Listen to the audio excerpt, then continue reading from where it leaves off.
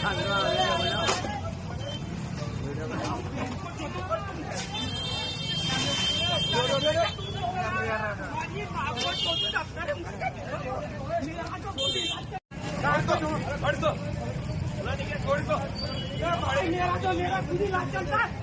को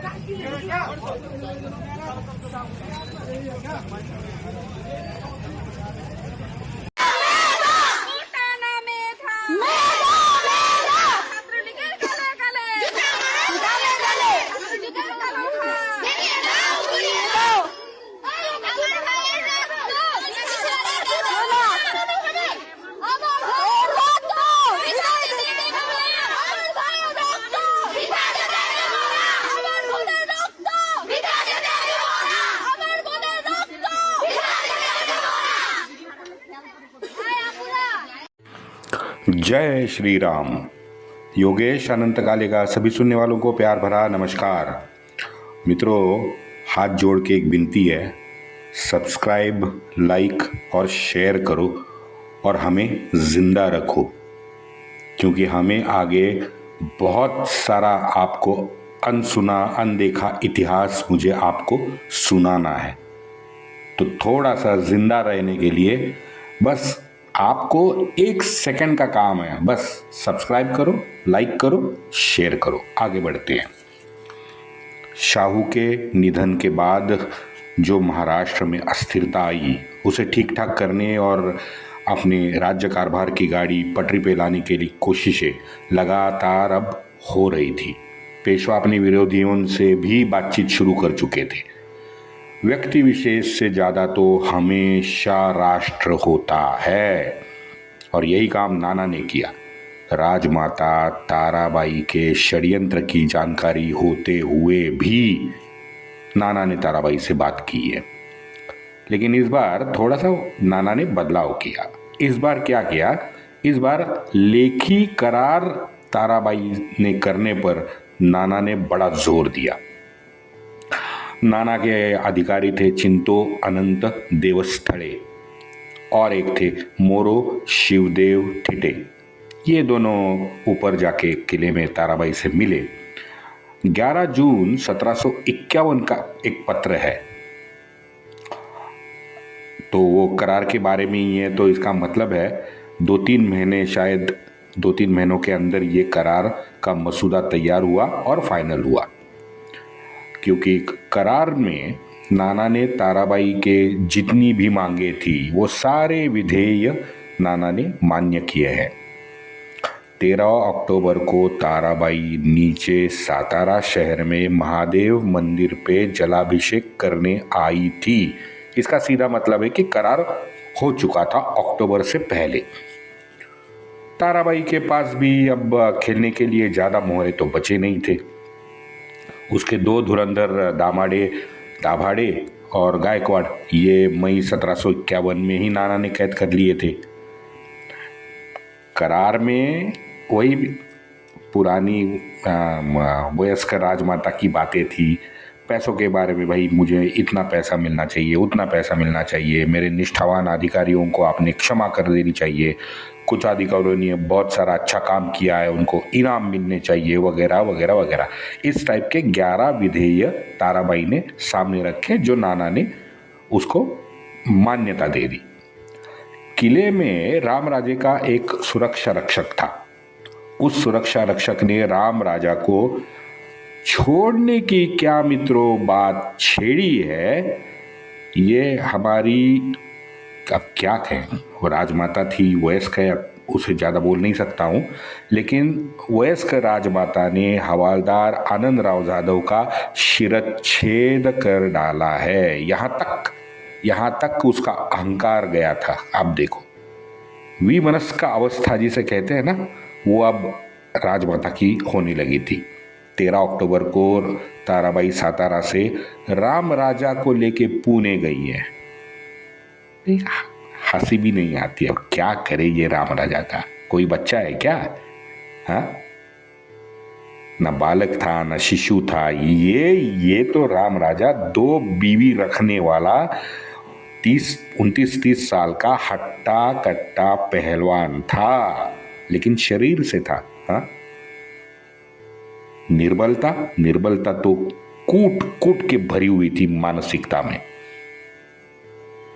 नाना ने तो जून में एक पत्र लिखा है, उस पत्र में खुल के राम राजा का कर्तृत्व का पाठ पढ़ाया है, और उसमें उस पत्र में लिखा भी है कि भाई अब इसको पढ़ाना बिढ़ाना मैं छोड़ रहा हूँ, और इससे इससे कुछ बात करना भी मैंने राज्य कारभार पे बात करना बंद कर दिया है।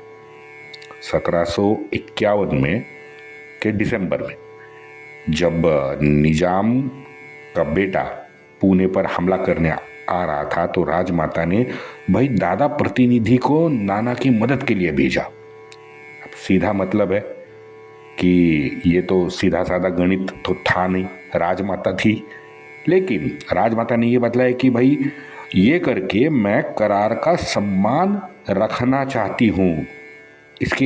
इसके आगे भी चिट्ठी में लिखा है कि असुभ्य आसुरों का पराभव करके आप मुझे किले पर मिलने आ जाना। नाना को अचंभा हुआ, क्योंकि मित्रों प्रतिनिधि के पास फौज ही नहीं थी, क्योंकि वो तो वरिष्ठ श्रेष्ठ कह सकते हैं, वो तो राजपात्रित अधिकारी था, वो तो दरबार में बैठने वाला आदमी था। फौज कहाँ से लाएगी, हो ही नहीं सकती उसकी फौज। हाँ, उसका प्रदेश था, उसमें थोड़ी बहुत फौज रखता था अपने इलाके को संभालने के लिए, लेकिन उसके पास फौज तो थी नहीं, सिर्फ प्रतिनिधि को भेजा था। दूसरी चीज, लगातार 1.5 साल से प्रतिनिधि निजाम के संपर्क में भी था, ये नाना को मालूम था, तो नाना उसके प्रति 100% आश्वस्त भी नहीं हो रहा था। और एक बात, हमारा सेनापति यशवंतराव दाभाडे का क्या कहे, वो तो तळेगांव और सातारा दोनों से भाग चुका था। तळेगांव वाले पूछ रहे थे कि सातारा में अगर आ गया है तो उससे ये करो वो करो, उससे ये करार करो वो करार करो। सातारा वाले तळेगांव वाले को लिख रहे हैं कि भाई साहब आपका यशवंतराव दाभाडे तो सातारा आया ही नहीं, कहाँ गया पता नहीं। अब क्या कहे इसे, इस मद्यपी को क्या कहे, उसको भी पता नहीं होगा मैं कहाँ जा रहा हूं। ये दारू चीज मित्रों ऐसी है, मनुष्य को जानवर बना देती है कसम से। मुझे आप एक समझाओ, कर्तृत्ववान, बड़ा मेहनती, बड़ा संस्कारी मद्यपी मुझे ढूंढ के लाओ, बताओ मुझे, हो ही नहीं सकता। भाई दारू इतनी हावी होती है, बुद्धि भ्रष्ट हो जाती है। हाँ, अच्छे बुरे का फर्क समझ ही नहीं पाती, कैसे समझेगा। मार्च 1752 में राजमाता ने पहली बार नाना को अभिनंदन पर एक चिट्ठी भी भेजी है। क्यों पता है? क्योंकि अब वो सुलह करने के मूड में आई थी, क्योंकि हाथ के मोहरे तो जैसे मैंने कहा एक एक एक एक एक एक सब निपट रहे थे। और एक बात, नाना ने अपना बहनोई था नाना का, त्र्यंबक पेठे, अब इस त्र्यंबक पेठे को सातारा की सुरक्षा हेतु सातारा में भेज दिया था। बढ़िया काम भी वो कर रहा था, और त्र्यंबक पेठे ताराबाई को खुश भी रखने में कामयाब हो गया था। तो 5-6 महीने अच्छे गुजरे हैं। लेकिन मूलतः षड्यंत्री स्वभाव की जो व्यक्ति होती है वो शांत बैठ ही नहीं सकती। प्रतिनिधि, दादा पुरंदरे, यमाजी शिवदेव, वो अब ताराबाई के काम के नहीं रहे, तो उसने फिर से एक बार बाबूजी नाइक को पकड़ा, उसे सातारा बुलाया। सातारा बुलाकर उसको प्रतिनिधि पद देने की लालच दिखाई। अब ये बाबूराव नाइक का डीएनए साहूकारी का था, तो कुछ मिलने वाला है ये सोच के ये पगला गया। सातारा से उठा, सीधा प्रतिनिधि का जो 15-20 हजार रुपए आमदनी वाला इनाम में मिला क्षेत्र था, उसमें घुस गया। उसके साथ उसकी खुद की 500-700 की फौज भी थी। लेकिन वहां पे प्रमुख था जगजीवन राव। जगजीवन राव ने उसके साथ जंग छेड़ दी, नाना को जख्मी कर दिया। बुरी तरह से जख्मी होकर पराजय का सामना उसका नाना इसका बापूजी नाइक का हो गया और वो दौड़ते दौड़ते सातारा लौटा। अब सातारा लौटा, वहाँ यमाजी ने भी उसको लताड़ दिया, यमाजी शिवदेव ने दोनों तरफ से लताड़ दिया।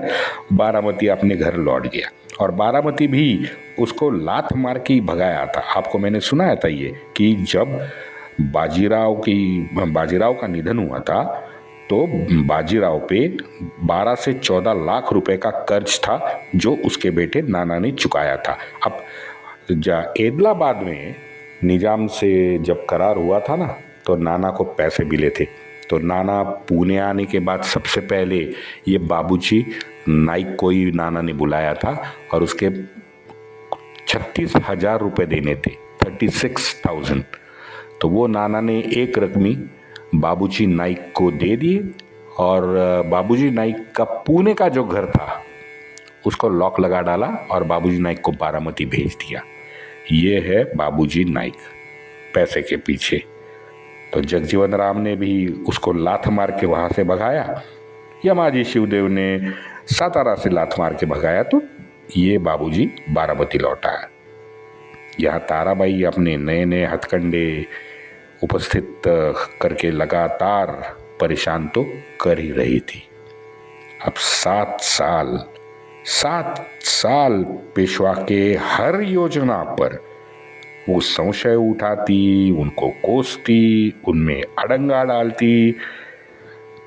ये बिल्कुल वैसा ही है कि ये आजकल का हमारा अधेड़ उम्र का युवा है ना, बस उसी तरह का है।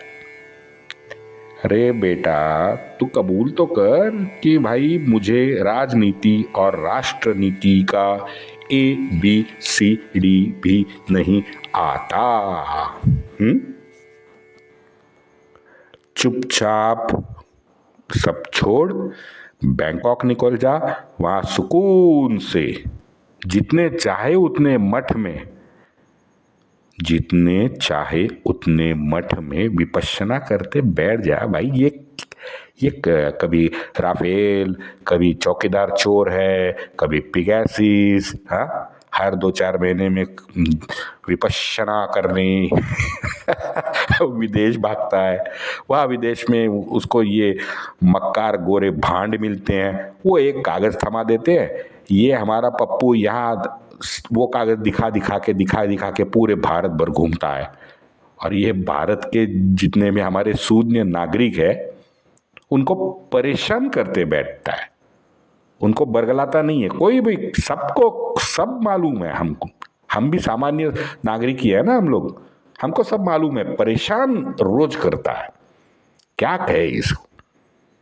अब 10 साल बाद देखो ना, संसद में संविधान पे चर्चा चाह रहा था, राष्ट्रवादियों ने इतनी इसकी बखिया उधेड़ी है कि नंगा होके वो बाल नोचने वाली बात है ना, वैसी परिस्थिति इन लोगों पे आई थी। कसम से ये कांग्रेस वाले ना, अब क्या कहे। चलो, नाना का बस हमारे भारतीय नागरिक जैसा हाल हुआ था कि एक निष्ठावान की तरह वो बस सुनते जा रहा था, सहते जा रहा था। ताराबाई की उटपटांग बातें बस मानते जा रहा था, सर झुका के मान रहा था। हाँ, लेकिन अब नहीं, अब पानी सर के ऊपर चला गया। 7 साल मित्रों, 1750 में 50 के जनवरी से 1758 तक के सारे ताराबाई के कांड नाना ने पहली बार मई 1758 के एक पत्र में खुले आम ताराबाई को खुद को लिखे हैं। क्योंकि भाई चुपचाप सहन करने की कोई सीमा होती है। 15 मई के पत्र में नाना ने खुले आम उस पे तथ्यों के साथ आरोप सामने रखे हैं और आखिर में वो करार का स्मरण करने की भी प्रार्थना की है। रघुजी, निजाम, दामाजी, यमाजी, कोल्हापुर का संभाजी, मुगलों से किया गया जो अनुसंधान का प्रयास था उसका सब कुछ उसने लिख डाला है। और ये पत्र के बाद ताराबाई अब पूरी ठंडी पड़ गई है। हेकड़ी कायम थी, लेकिन बुढ़ापे में भी हेकड़ी कायम थी उसकी। 23 जून के पत्र में अपने अधिकारी को जागीर देने का आदेश उसने नाना को दिया। मई 1758 में नाना ने ताराबाई पे आरोप लगाए। 23 जून के पत्र में ये हमारी राजमाता उसके पक्ष का अधिकारी था, उसको जागीर देने का आदेश नाना को दे दिया कि उसमें लिखा है कि सदाशिव दीक्षित यांनी श्रम साहस करून तुमचे व साहेबांचे बंदोबस्त केला आहे, त्यावरून राज्योपयोगी मनुष्य ऐसे जाणून 15 सहस्त्र रुपयांचे इनाम गाव दीक्षित यांना द्यावे व त्याचे पुत्र पौत्रादी यांनी ते इनाम गाव चालवावे। अब बताओ मैंने कहा ना हेकड़ी कम नहीं हुई थी उसकी। नाना उसके बाद नाना ने चाल बदली। नाना ने क्या चाल बदली? नाना कोल्हापुर और सातारा ये दोनों रियासतें पहले दिन से जोड़ना चाहता था। वो खैर मैंने आपको 2-3 बार सुनाया है कि शाहू ने उसका पूरा का पूरा प्लान असफल कर दिया था।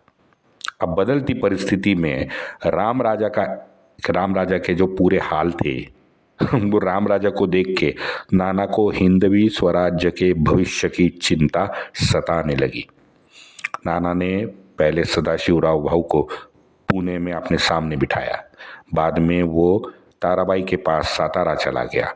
उनसे फिर एक बार इस विषय पे नाना ने बात की। 1754 के कर्नाटका विजयी अभियान से लौटते हुए नाना कोल्हापुर में संभाजी से मिला।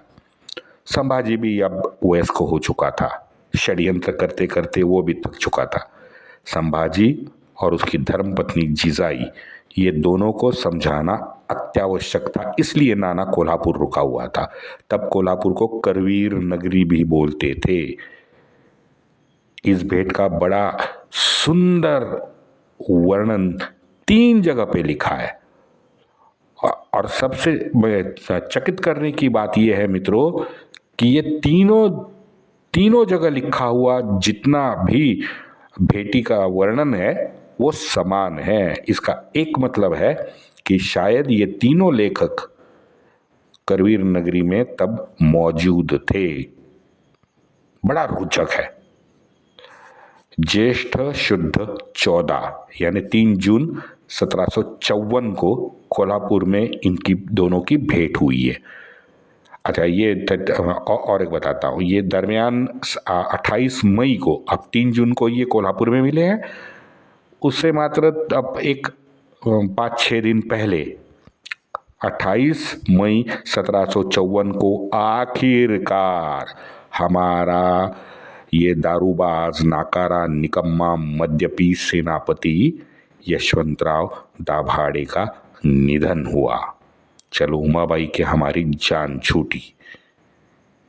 वहाँ नाना ने कोल्हापुर के संभाजी के लिए भी पेशवा बनने का प्रस्ताव रखा। ये नई और बड़ी चीज थी मित्रों, यानी हिंदवी स्वराज्य के 2 छत्रपति उसको मान्य थे और ये पेशवा एकमेव अकेला था। और उसको संभाजी और जिजाई ने दोनों ने मान्यता दी है। ये नाना की प्रचंड जीत थी। उस बेटी का वर्णन आपको बताना जरूरी है, लेकिन अब हम 54-55 तक आ गए हैं। बस 5-6 साल बचे हैं पानीपत के लिए। वंदे मातरम।